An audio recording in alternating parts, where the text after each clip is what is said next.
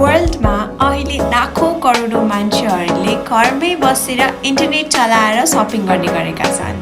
अहिले मान्छेहरू मार्केटमा गएर सामान किन्ने धेरै नै कम भएको छ। इन्स्टेड अफ द्याट अनलाइन वेबसाइट्सहरूमा चेक गरेर त्यहीबाट सामान किन्न रुचाउँछन्।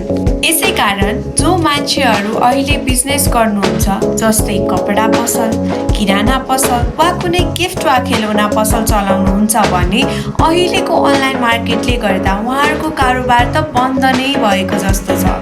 उहाँहरूलाई बिजनेस गर्न त अहिले धेरै नै गाह्रो भएको छ। त्यसैले आज एसआईडी सोल्युसन एन्ड ट्रेड कन्सर्नको साइडबाट हामीले यस्तो टेक्निक लिएर आएका छौँ जसले यो समस्या पुरै सल्भ गरिदिन्छ। र यो समस्या पुरै सल्भ गर्नको लागि एउटा सिम्पल चाहिने भनेको हामीलाई हो डिजिटल मार्केटिङ। अब के हो त यो डिजिटल मार्केटिङ भनेको? यो किन जरुरी छ र कहाँ जरुरी छ? यसको प्रयोग कसरी गर्ने त? यो क्वेसन तपाईहरुको माइन्डमा स्योर आएको हुन सक्छ। त्यसैले यो सबै क्वेसन्सको आन्सर हामीले यो भिडियोमा हालेका छौँ। त्यसैले भिडियो नछुटाइकन अन्तिमसम्म हेरिदिनु होला। एट फर्स्ट, डिजिटल मार्केटिङ भनेको के हो त? डिजिटल मार्केटिङ इन्टरनेट, कम्प्युटर और इलेक्ट्रोनिक ग्याजेटबाट गर्नेवाला मार्केटिङ हो, जसको थ्रुबाट कुनै पनि कम्पनी आफ्नो प्रडक्टको मार्केटिङ गरेर एकदम थोरै समयमा आफ्नो टार्गेटेड कस्टमरसम्म पुग्न सक्छ, जसलाई अनलाइन मार्केटिङ नै भनिन्छ। जब कुनै कम्पनी आफ्नो बिजनेस और कुनै नयाँ प्रडक्टको लन्च गर्छन्, तब त्यो सामानलाई धेरै मान्छेहरूसम्म पुर्याउनलाई मार्केटिङ गर्नुहुन्छ। मार्केटिङको मतलब हो सही टाइम र सही ठाउँमा आफ्नो कस्टमरसम्म कनेक्ट हुनु। र अहिलेको समयमा हामीले हाम्रो कस्टमरसँग त्यही कनेक्ट हुनुपर्छ जहाँ कस्टमरले आफ्नो पुरै समय बिताइरहेका हुन्छन्। And that place is internet.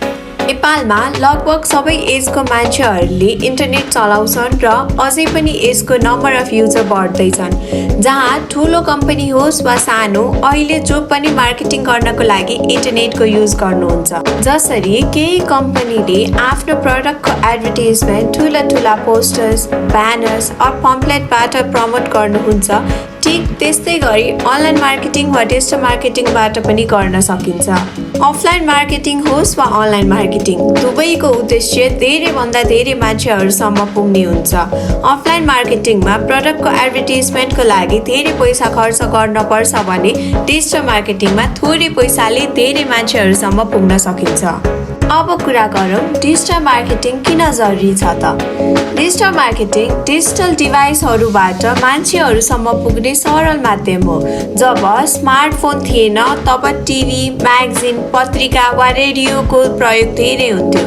त्यति बेला धेरै जसो कम्पनीहरू त्यही माध्यम युज गरेर मार्केटिङ गर्दथे र मान्छेहरू त्यही एडभर्टाइजमेन्ट हेरेर बजारबाट सामान किनेर लिएर आउँथे। तर यो स्मार्टफोनले गर्दा धेरै जसो मान्छेहरू, अझ यङ्स्टरहरू आफ्नो पुरै समय फेसबुक, व्हाट्सएप, ट्विटरमा हुन्छन्। टिभीको सट्टा युट्युबबाट भिडियोहरू हेर्ने गर्नुहुन्छ।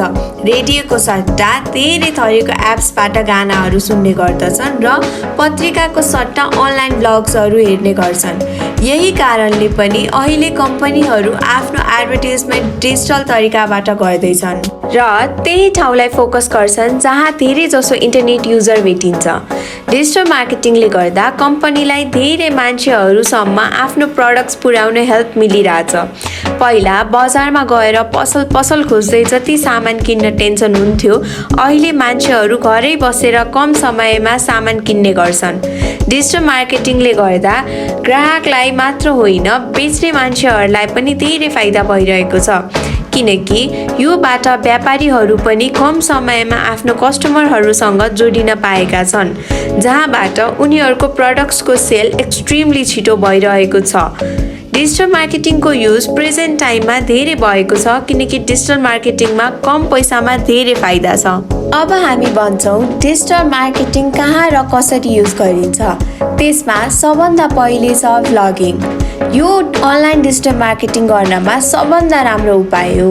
यसमा तपाईहरूले आफ्नो कम्पनीको नामको भ्लग बनाउनु पर्छ, जसमा तपाईहरुले आफ्नो कम्पनीले दिने सर्भिसेसहरु भन्न सक्नुहुन्छ र जुन तपाईहरुको नयाँ प्रोडक्ट्सहरु लन्च हुन्छ तब त्यसको डिटेल्स पनि त्यही एड गर्दै जानुपर्छ र त्यसै कारण धेरै ग्राहकहरु समेट्न सकिन्छ।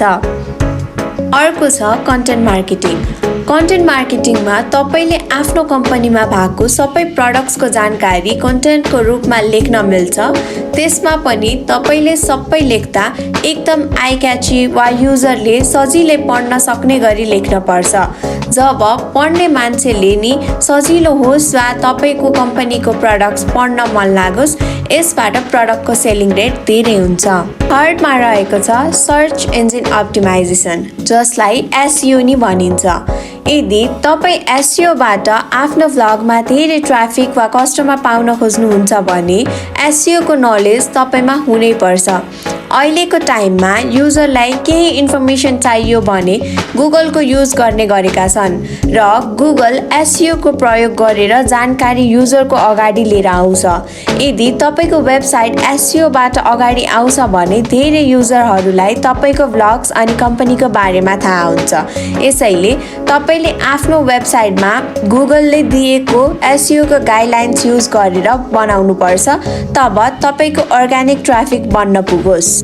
फोर्थमा छ social media marketing. Social media digital मार्केटिङको मेन पार्ट नै हो। सोशल मिडियामा व्यापारीहरू प्रडक्ट अर सर्भिसेसको प्रमोट गर्न मात्र होइन कि उनीहरूले युजर उनीहरूको प्रडक्टको बारेमा के कुरा हुन्छ पनि थाहा पाउन सकिन्छ। सोशल मिडिया मार्केटिङ तपाईको व्यापारको लागि एकदम फाइदाजनक माध्यम भएको छ। सोशल मिडिया मार्केटिङमा तपाईँ फेसबुक, ट्विटर, लिङ्क्डइन, इन्स्टाग्राम, स्न्यापच्याट र पिन्ट्रेस्टमा तपाईले आफ्नो बिजनेसको एड्स दिन सक्नुहुन्छ। फिफ्थमा छ गुगल एडवर्ड्स। जब तपाईँ कुनै भ्लग्स वा वेबसाइट्स पढ्नुहुन्छ तब तपाईहरूले धेरै विज्ञापन देखेको हुनुपर्छ। धेरै जसो एड्स गुगलबाट देखाइएको हुन्छ।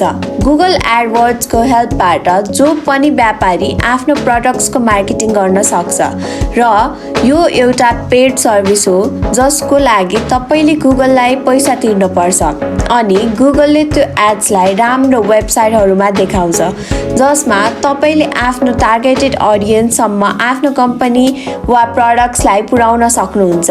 गुगल एडवर्ड्सको हेल्पले तपाईले धेरै एड चलाउन सक्नुहुन्छ, जस्तै text ads, image ads, GIF ads, match content ads, video ads, popup ads, sponsor search, web banner ads etcetera.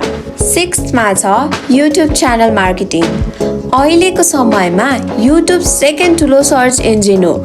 जस्तो युट्युबमा धेरै ट्राफिक भएको छ, यो यस्तो ठाउँ हो जहाँ तपाईले आफ्नो प्रडक्ट्सलाई भिडियो बनाएर प्रमोट गर्न सक्नुहुन्छ। तपाईहरूले नोटिस गर्नुभएको होला, कुनै भिडियोजहरू युट्युबमा हेर्दा भिडियोको पिक्चरमा एड्सको भिडियोहरू आइरहेको हुन्छ। त्यो कुनै कम्पनीको मार्केटिङ भिडियो हुन्छ जसलाई मान्छेहरूले हेर्छन् र मन पराउँछन्। युट्युबमा धेरै सङ्ख्यामा भ्युवर्स हुन्छन् जहाँबाट कमाउन सजिलो हुन्छ। सेभेन्थमा छ इमेल मार्केटिङ। इमेल मार्केटिङमा कम्पनी कस्टमर्सलाई इमेलको थ्रुबाट प्रडक्टको जानकारी पठाउँछन्। यसको साथै प्रडक्ट्सको पुरै डिल्स र अफरको जानकारी पनि उपलब्ध गराएको हुन्छ।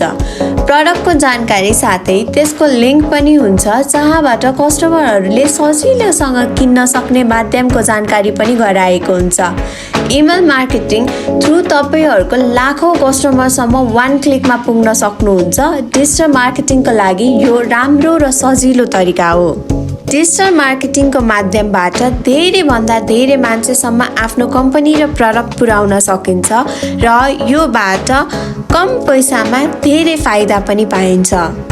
सो आई होप तपाईहरूले डिजिटल मार्केटिङ र डिजिटल मार्केटिङको उपयोगको बारेमा यो भिडियोबाट नलेज पाउनु भएको छ। SAIT Solution and Threat Concern team has always wished कि हामीले बनाएको भिडियोमा तपाईहरूले पुरै knowledge पाउनुहोस्। And for more information, please go down below and check our social media links. And also please check it out www.sait.com.np. र तपाईले यो भिडियोमा कुनै समस्याहरू पाउनुभयो भने please comment down below. Also, don't forget to subscribe, follow and like the video. Thank you for watching.